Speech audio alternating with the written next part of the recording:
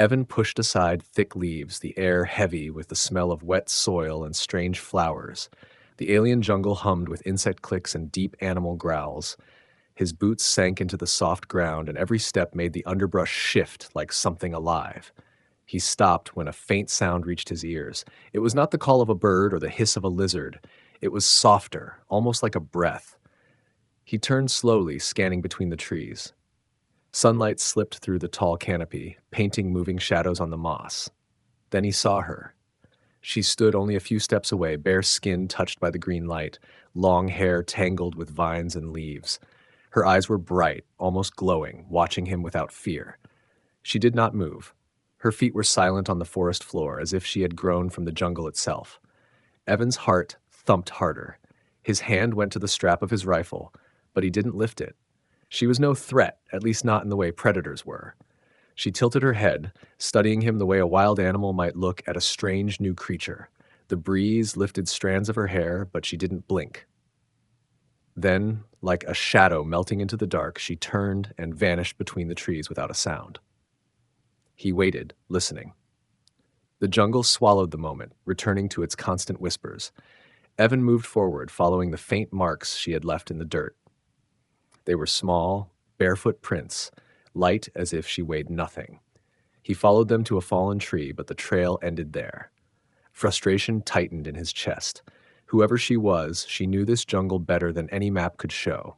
That night, the fire at his camp crackled low. The air was cooler, and strange eyes flashed in the darkness beyond the light. Evan sat with a metal cup of boiled water, scanning the shadows. A soft rustle made him look up. She was there again, standing just beyond the edge of the firelight. Her eyes caught the glow, and she took a slow step forward. This time she didn't vanish. Evan stayed still, letting her come closer. Her gaze dropped to the small pot beside the fire, where chunks of meat and roots floated in the water. She crouched, sniffing the air, her nose wrinkling like she was unsure if it was food. He took a piece out with a stick, blowing on it before placing it on a flat stone and pushing it toward her. She hesitated, looking from his face to the food, then snatched it up and chewed fast. Her movements were sharp, like she was ready to run at any moment. She ate the piece in seconds and looked at him again. A deep, guttural roar shook the night, coming from somewhere close. She froze, her head turning toward the sound. Evan stood, grabbing his rifle.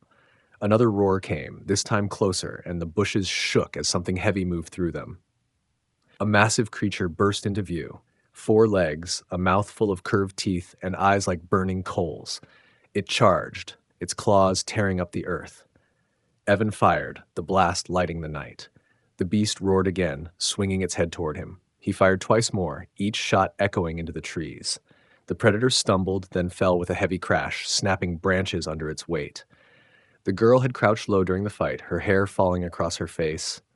When the beast was still, she stood slowly, stepping over to him. Her eyes locked with his, and for a long moment they just looked at each other. She reached out and touched his hand lightly, as if testing if he was real. Her fingers were warm, her touch quick. Then she pulled back, glancing once at the dead creature before stepping closer to the fire. Evan saw it in her face. Something had shifted. The fear was gone, replaced by something like trust. She sat near him, folding her legs under her in a way that seemed natural to her. He offered her another piece of food, and this time she didn't hesitate. The jungle around them kept its steady hum, but for that moment the danger felt far away. He knew she would vanish again if he made the wrong move, but now, at least, she had chosen to stay. Evan woke to the sound of leaves moving. The fire was nothing but a faint glow, and the air was damp with morning mist. She was there again, crouched near the pot, tilting her head like she was studying it.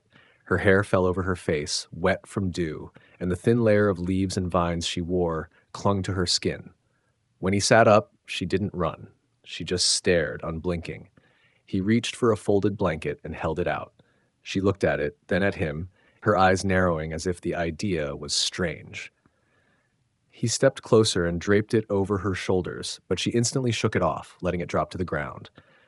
She tapped her chest and then pointed at the trees, making a gesture like the wind moving. He guessed she was telling him that her people didn't cover their bodies, maybe believing the air and sun kept them strong. She moved around the camp, curious about everything.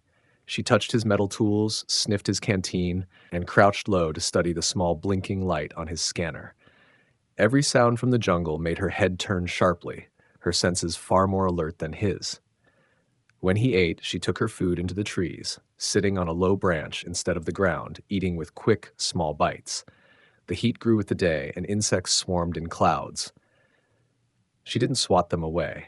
Her skin glistened with sweat, but she looked comfortable, almost a part of the jungle itself. Evan wiped his forehead and drank from his canteen, but she only scooped water from a leaf and drank it without care. That afternoon, he tried to speak to her, pointing at himself. "Evan," he said, tapping his chest.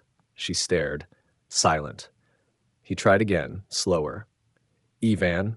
She tilted her head, then pointed at him and repeated the sound softly, her voice low and musical. When he pointed at her, she didn't answer at first. Then she touched her collarbone and spoke a short, sharp word. He repeated it, and she smiled faintly, the first smile he'd seen from her. Suddenly, the bushes rustled. She froze, her muscles tense. Evan reached for his rifle, but she grabbed his wrist and pulled him down into the ferns. Her breathing was silent as her eyes scanned the shadows. A group of tall figures passed through the trees, their bodies painted with dark patterns, carrying long spears tipped with bone. They moved slowly, scanning the ground as if searching for someone. She pressed a finger to her lips, then pointed at them, her eyes warning him. Evan understood. These were hunters, and they were looking for her. One of them paused, sniffing the air, then kept walking. When they were gone, she stayed crouched for a long moment before finally relaxing. As night fell, the air turned cool. She came closer to the fire, this time without hesitation. Her knees touched his, and her skin felt warm in the flickering light. She watched the flames with a strange focus, as if fire was a rare thing in her world. Every now and then, she would glance at him, her eyes reflecting the light like those of an animal. When the wind shifted, carrying the distant howl of some predator, she didn't run. Instead, she edged closer until her shoulder rested against his arm. He could feel her heartbeat, quick but steady. It wasn't fear, more like she was deciding if she could trust him completely. He knew he couldn't leave her here. The jungle was dangerous enough, but with hunters looking for her, she wouldn't last long alone. She didn't seem to have anywhere else to go. When he lay down to sleep, she stayed near him, curled up like someone who had always slept under the open sky. The firelight flickered over her face, and for the first time, she closed her eyes while he was near. At first light, mist clung to the trees, and the jungle was quiet except for distant bird calls. Evan packed his gear quickly, glancing at her as she crouched nearby, watching him. She tilted her head, pointing toward the horizon where the trees thinned. He guessed she knew a way out. He nodded, motioning for her to follow. She rose silently, moving with the grace of someone born among roots and shadows. The ground was soft and wet, and his boots made loud, squelching sounds, but her bare feet barely left a mark. Every so often, she would stop suddenly, listening, then motion him forward when she decided it was safe. Sunlight filtered through the canopy, making her hair glow faintly in the green light. They reached a wide river, its surface broken by drifting leaves and small ripples. Without a pause, she dove in, vanishing beneath the dark water. Evan stood at the edge, scanning for dangers. She surfaced several meters away, waving for him to follow. He waded in, the water cool and deep, and swam after her. She moved like a fish, cutting through the current with ease. Halfway across, a low growl echoed from the bank they had left. Evan glanced back and saw movement in the shadows, something large pacing along the edge. She noticed, too, her strokes faster now. They reached the far side, climbing onto the muddy shore. She looked back once, her jaw tight, before turning and leading him onward. The air grew warmer as the trees became thinner. Strange flowers bloomed in bright colors, and the sounds of the jungle changed, less constant, more open. She moved more cautiously now, glancing at the sky as if expecting something. Evan followed her gaze, but saw only clouds. Still, her tension made him uneasy. By midday, they reached a ridge, and beyond it, through gaps in the trees, Evan could see the metallic curve of his shuttle's hull. Relief washed over him. But when he looked at her, she didn't share it. She stood very still, eyes fixed on the distant shape. Slowly, she walked toward it, touching the ground lightly with each step. When they reached the clearing, The shuttle stood like a silent beast among the grass. She approached it slowly, circling once, her fingers brushing against the smooth metal. She pressed her ear to the surface, as if listening for a heartbeat. Evan lowered the ramp and motioned for her to come inside. She took a step back, her eyes wide. He climbed halfway up the ramp and reached out his hand. For a moment, she just stared, then placed her hand in his. Her skin was warm and slightly rough from years in the jungle. He guided her inside. The interior lights came on with a soft hum, and she flinched at the sudden glow. Her gaze moved over the walls, the panels, the seats, her fingers touching everything. When the engines powered up, she gripped his arm, startled by the deep vibration running through the floor. Evan reassured her with a calm tone, though she couldn't understand his words. She didn't let go until the shuttle lifted off, the jungle falling away beneath them. She moved to the window, pressing her palm against the glass. Below, the trees stretched endlessly, a sea of green fading into mist. Her eyes lingered on it, a shadow of sadness crossing her face. Evan wondered if she had ever left that place before. As the shuttle rose higher, the clouds swallowed them. She turned to him, her expression unreadable, then sat quietly, knees drawn to her chest. Evan kept his eyes forward, but he could feel her watching him in silence. Somewhere deep inside, he knew that taking her from the jungle was only the beginning of something far more dangerous.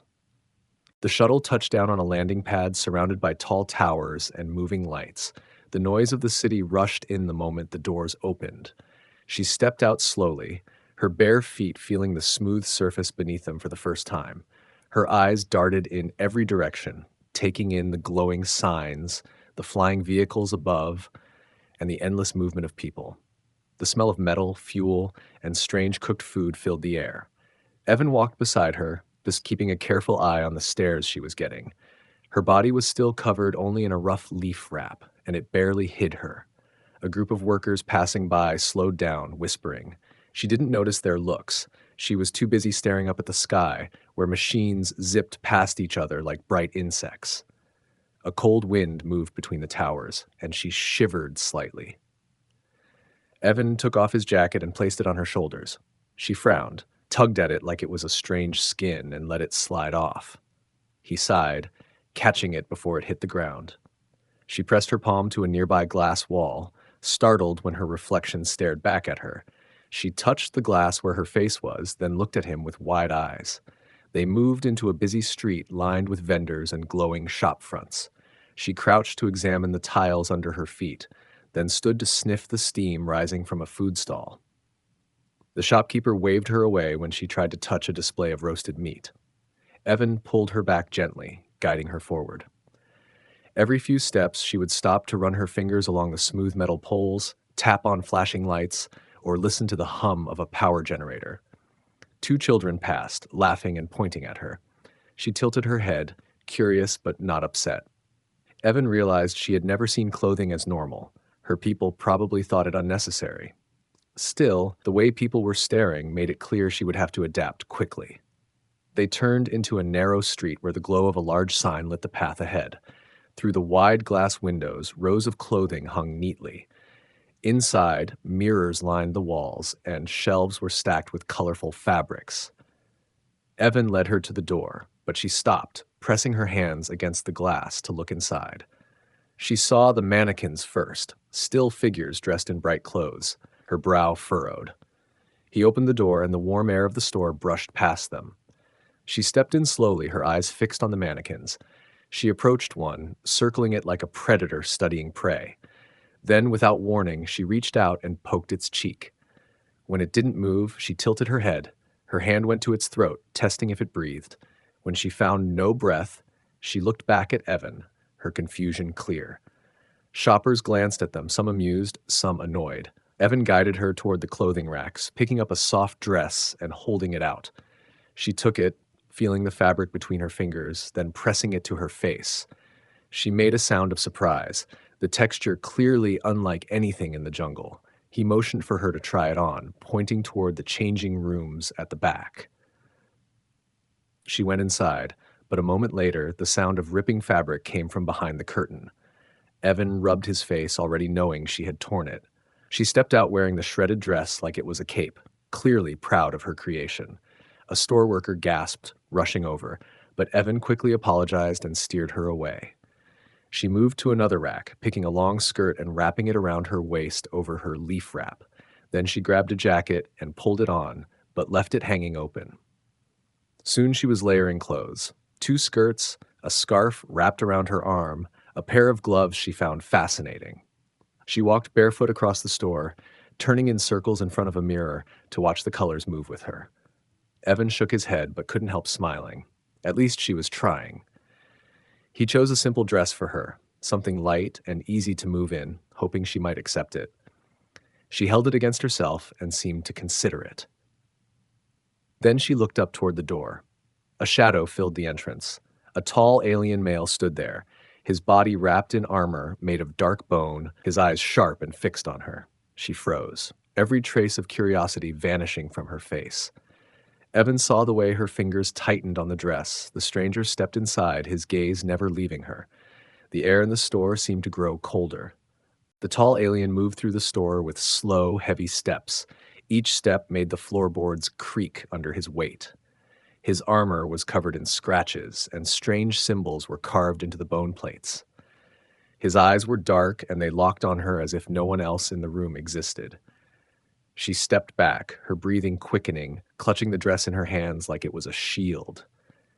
Evan shifted his stance, putting himself between her and the stranger. The alien stopped only a few feet away, his gaze sliding briefly to Evan before returning to her. He spoke in a deep, rough voice, the words unknown to Evan but clearly meant for her. Her head lowered, and she shook it once, her lips pressed tight. The alien's tone grew sharper, demanding. She stepped back again, bumping into a rack of clothes. The hangers rattled, but she didn't look away from him. Evan could feel the tension tightening the air. Customers had begun to notice, their chatter fading into whispers. The alien took another step forward, reaching a hand toward her. She flinched and quickly moved behind Evan. Without thinking, Evan raised a hand to block the stranger's path. "That's far enough," he said firmly, though he knew the other probably didn't understand. Still, his tone made the meaning clear. The alien's eyes narrowed, and he straightened to his full height, towering over Evan. He spoke again, slower this time, almost like a warning. Evan didn't move. She peeked from behind him, her eyes wide with fear. One of the store clerks approached cautiously, asking if there was a problem, but the alien didn't respond. His attention was fixed only on her. He gestured toward the door, his fingers curling like claws. She shook her head quickly, her hair swinging across her face. Evan could see her hands trembling. Whoever this man was, she clearly knew him and wanted nothing to do with him. Evan decided he wasn't letting her leave with someone who made her look like that. The alien took another step, and Evan moved to block him again. Their shoulders brushed, and for a moment they stood face to face. The alien's voice dropped to a low growl. Then, unexpectedly, he stepped back and gave a thin smile that didn't reach his eyes. He said something short in his language, glanced at her one last time, and turned toward the door. She let out a shaky breath as he left, but she didn't relax. Her eyes stayed on the doorway long after he was gone. Evan guided her toward the back of the store, away from the windows. She clutched his arm tightly, like she thought the alien might appear again at any moment. They went to the counter, where Evan paid quickly for the dress she had been holding. She didn't let go of it, even as they left. Outside, the city felt louder, the wind colder. She stayed close to him, her head turning sharply at every shadow. They walked fast, weaving through the crowd. Evan glanced back once and thought he saw a dark figure in the distance, moving in the same direction. He didn't mention it to her, but his hand drifted closer to the small sidearm at his belt. When they reached a quiet side street, she finally spoke in her language, her voice low and urgent. She pointed back toward the store, then to herself, then made a slicing motion across her chest. Evan didn't understand the words, but the meaning was clear enough. The man wanted to take her, maybe even kill her. Evan led her into a small alley to get out of sight. She leaned against the wall, breathing fast, the dress still clutched in her hands. For a long moment they just stood there, the noise of the city muffled by the narrow space. Then she looked up at him, her eyes searching his face. Slowly, she reached into the tangled vines she wore and pulled out a thin cord with a carved bone pendant. She pressed it into his hand. The surface was etched with the same symbols that had been on the alien's armor. She said something in a whisper, her tone heavy. Evan turned the pendant over in his fingers. Whatever it meant, it was important. He closed his hand around it, meeting her gaze. "You're safe with me," he said, even though he knew she couldn't understand the words, but she seemed to understand the promise in his voice. She gave a small nod, but her eyes still held the fear of someone who knew danger wasn't far behind. Night settled over the city, the streets lit by neon signs and the glow of passing aircars. Evan kept her close as they moved through narrow back roads toward his small apartment. She stayed silent, her eyes scanning the shadows. Every time a distant sound echoed, footsteps, the hiss of a vent, she tensed, ready to run. Inside, the room was warm and quiet. She stepped in slowly, her bare feet making no sound on the floor. Her eyes moved over the walls, the table, the single bed, touching each thing as if testing its strength. Evan locked the door and set his bag down. She stood in the middle of the room, clutching the dress she had chosen earlier, still not putting it on. He pointed to the bathroom, showing her the clean water and the light switch. She flinched when the light came on, then stepped inside, running her fingers along the tiles. A moment later, the sound of water filled the small space. Evan stepped away, giving her privacy. When she emerged, her skin glistened with drops, and her hair hung wet around her shoulders. She had put on the dress, though it hung loosely on her frame. She moved toward the window and pressed her forehead to the glass, watching the city lights below. Evan cooked a simple meal, the smell of it filling the room.